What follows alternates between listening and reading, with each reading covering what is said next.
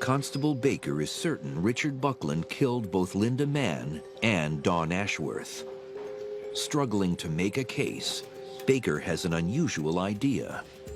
I was aware at that time that Dr. Alec Jeffries had been working at Leicester University in respect of DNA tests. Dr. Jeffries knew human DNA is mostly identical. And well over 99% of our DNA is the same between people. That allows us to have 2 ears, 2 eyes, a nose, 4 fingers and a thumb on each hand. But Jeffries wanted to know more about that other 1%. In 1984, he discovered a patch of DNA that was unique to each individual, a sort of DNA fingerprint. And when Constable Baker thinks about Jeffries' work, he has a question. If DNA can prove paternity, can it also prove whether Richard Buckland killed Dawn Ashworth and Linda Mann? The police are willing to try anything. They give the lab the crime scene samples. These researchers may know DNA, but they've never used it to solve a crime.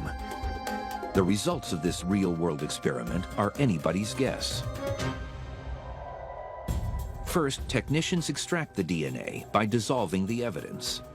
At that time, they needed a sample as large as a quarter to generate a DNA profile. Then, Jeffries has to pinpoint the DNA fragments that are unique to their owner.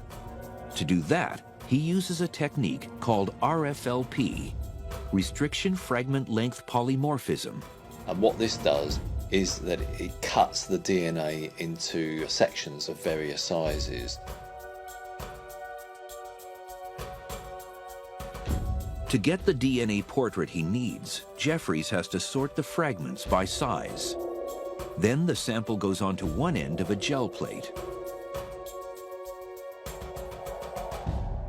Technicians apply electrical current, and electricity pulls the fragments through the gel.